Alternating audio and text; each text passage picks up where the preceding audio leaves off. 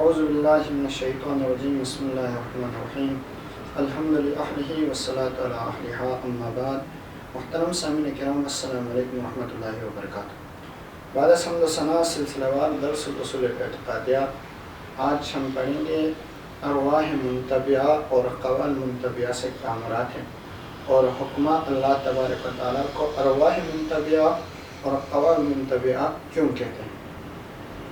تو محترم سامعین کرام، حکمہ اسلام کے نزدیک ارواح منتبعہ سے مراد وہ روحانی قوتیں ہیں جو مادی اجسام میں طبعاً موجود ہوتی ہیں، اس میں پیوست ہوتی ہیں اور جسم کے ساتھ لازم و ملزوم رہتی ہیں. یہ ارواح کو مستقل یا مجرد جوہر نہیں ہوتے.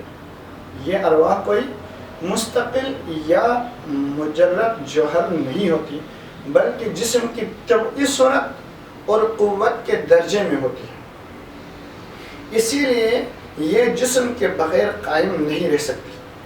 نباتات، حیوانات اور انسانوں میں پائے جانے والے غذا لینے کی صلاحیت، نشو و نما پانے کی صلاحیت، حس، حرکت کرنا اور حرارت جیسے افعال انہیں ارواح منتبعہ کے ذریعے ہی انجام پاتے ہیں. ابن سینا کے مطابق روح نباتاتی اور روح حیوانی اسی قبیل سے ہیں. یہ دونوں صورت جسمانی ہیں، نہ کہ نفس مجرد. اب یہاں جو سوال ہے کہ حکمہ اللہ تبارک و تعالیٰ کے نسبت ارواح منتبعہ کی طرف کیوں کرتے ہیں، یا بعض مقامات میں اللہ تبارک و تعالیٰ کے افعال کو ارواح منتبعہ کے عنوان سے کیوں بیان کرتے ہیں. تو اس کی وجہ اور اس کی بنیاد اس بنیادی اصول میں ہے کہ وہ عالم وجود کو مراتب اور اسباب کے نظام کے تحت سمجھتے ہیں. حکمہ کے نزدیک اللہ تبارک و تعالیٰ کے ذات واجب الوجود، محض مجرد اور علت العلل ہے، جو براہ راست مادہ میں حلول یا انتباہ نہیں کرتے، لیکن اس کا فیض اور فعل مراتب وجود کے ذریعے عالم طبیعت تک پہنچتا ہے. جب یہ الہی فیض عالم اجسام تک آتا ہے تو وہ حیات اور قوت کی صورت اختیار کر لیتا ہے جو اجسام میں رچ بس جاتی ہے. یہی رچی بسی قوتیں فلسفیانہ اصطلاح میں ارواح منتبعہ کہلاتی ہیں. اس معنی میں حکمہ کی نسبت حکمہ اللہ تعالیٰ کی نسبت ارواح منتبعہ اس لیے کرتے ہیں کہ یہ ارواح الہی فعل کا وہ ظاہری اور طبعی مظہر ہے جو مادے میں ظاہر ہوا ہے. یہاں جو ارواح منتبعہ کی طرف جو اللہ تبارک و تعالیٰ کی طرف نسبت دی ہے ارواح منتبعہ کا، تو یہ جو نسبت ہے وہ اللہ تبارک و تعالیٰ کی ذات کی، یہاں نسبت ذات کی نہیں بلکہ فعل کی ہوتی ہے.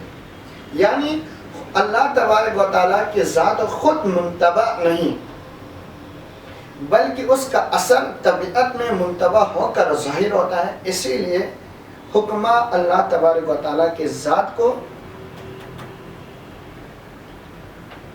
ارواح منتبعہ کہتے ہیں. اور دوسرے نمبر پر قوال منتبعہ.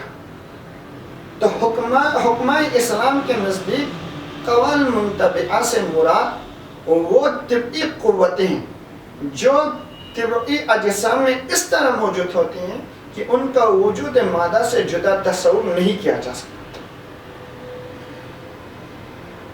اور یہ جو قوا یعنی قوتیں نہ جوہر ہیں، نہ یہ مجرد ہوتے، نہ مستقل ہستیاں، بلکہ یہ آثار جسمانی ترکیب کے آثار ہیں، لوازم ہیں جو کہ غذا لینا، نشو و نما پانا، حس، حرکتیں اور حرارتیں انہی قوا کے ذریعے ہی انجام پاتے ہیں. اس لیے حکمہ اللہ تبارک و تعالیٰ کی نسبت قوال منتبعہ کی طرف بھی کرتے ہیں. حکمہ اللہ تبارک و تعالیٰ کی نسبت قوال منتبعہ کی طرف اس لیے کرتے ہیں کہ اللہ تبارک و تعالیٰ کے ذات واجب الوجود بھی ہے اور مجرد عن المادہ ہے، لیکن اس کا فعل عالم طبعت میں مراتب الوجود کے ذریعے ظاہر ہوتے ہیں۔ جب یہ فیض الہی عالم اجسام تک پہنچتا ہے تو مادی تشخص اختیار کر لیتے ہیں اور جسمانی قوا کی صورت میں ظاہر ہوتے ہیں۔ یہ قوال منطبق کہلاتے ہیں کیونکہ یہ مادہ میں رچی بسی ہیں، مگر اس کا اصل منبع اللہ تبارک و تعالیٰ کے ذات ہے۔